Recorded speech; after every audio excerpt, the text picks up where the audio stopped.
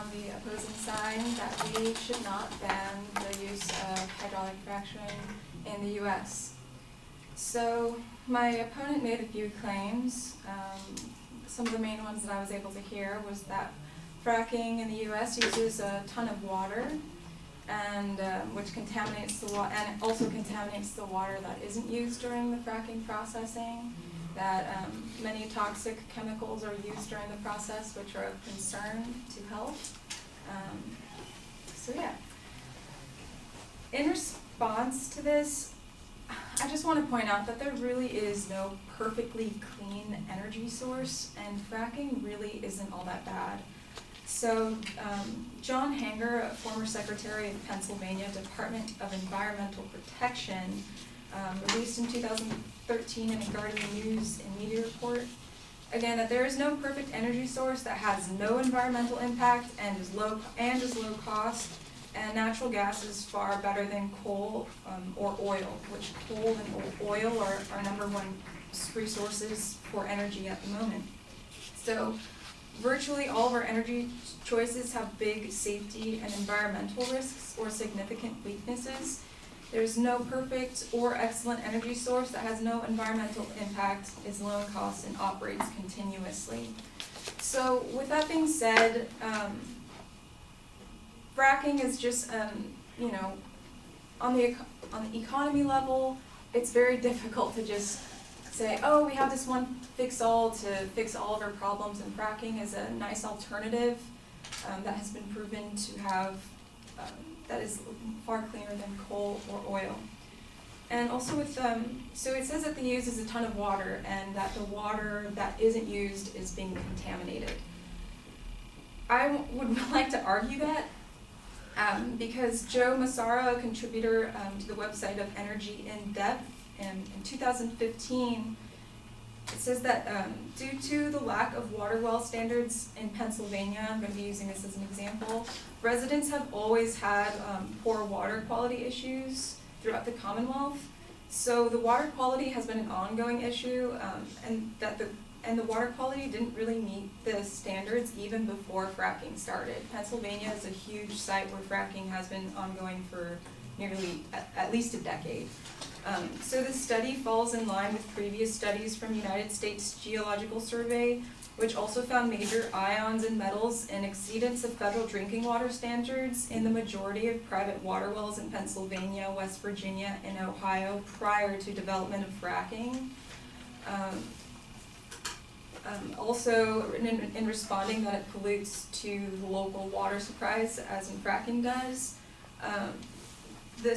Joe Massaro, the source I previously cited, states in the article that this study led by Don Siegel, Syracuse University, analyzed over 21,000 samples of groundwater collected by third-party contractors. So this isn't biased because it was collected by third-party people. Domestic or stock water, and it was collected from domestic or stock water supply wells,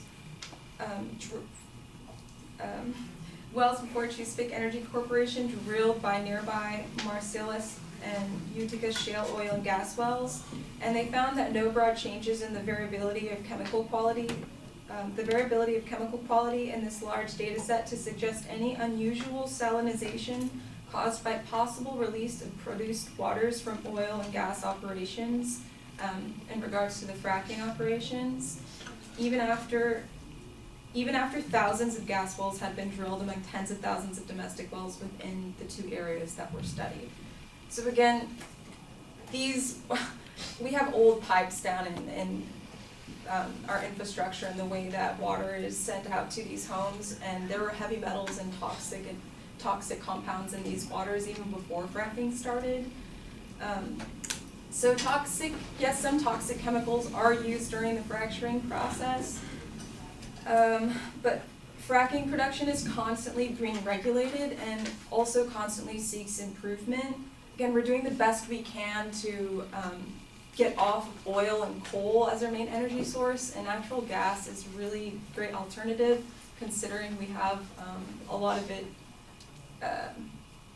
within our own land, making also an opportunity for us to become more self-efficient and not have to get energy sources from other countries. So,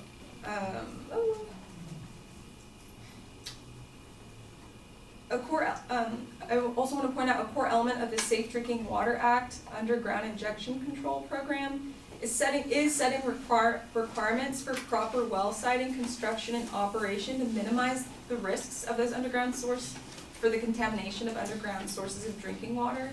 And this is from the United States Environmental Agency, which was published in 2016 in regards to the natural gas extraction of hydraulic fracturing.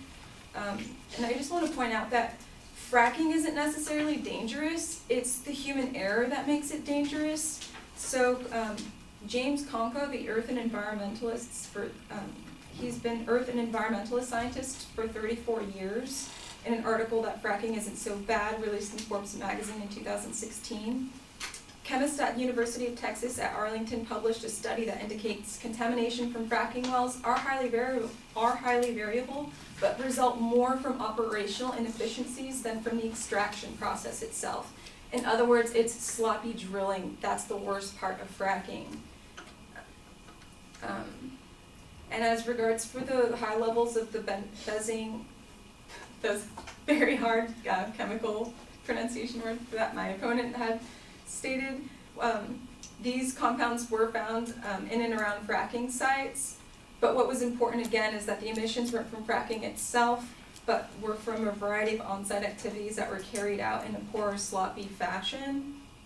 And again, fracking production is constantly being regulated. It's hard, again, because human error, but the EPA is working with the United States and other key stakeholders to ensure that natural gas extraction does not come to the expense of public health and the environment.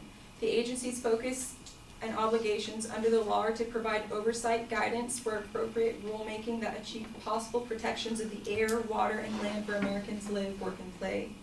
The agency is investing in improving our scientific understanding of hydraulic fracturing, providing regulatory clarity with respect to existing laws, and using existing authorities to appropriately enhance the health and environmental safeguards.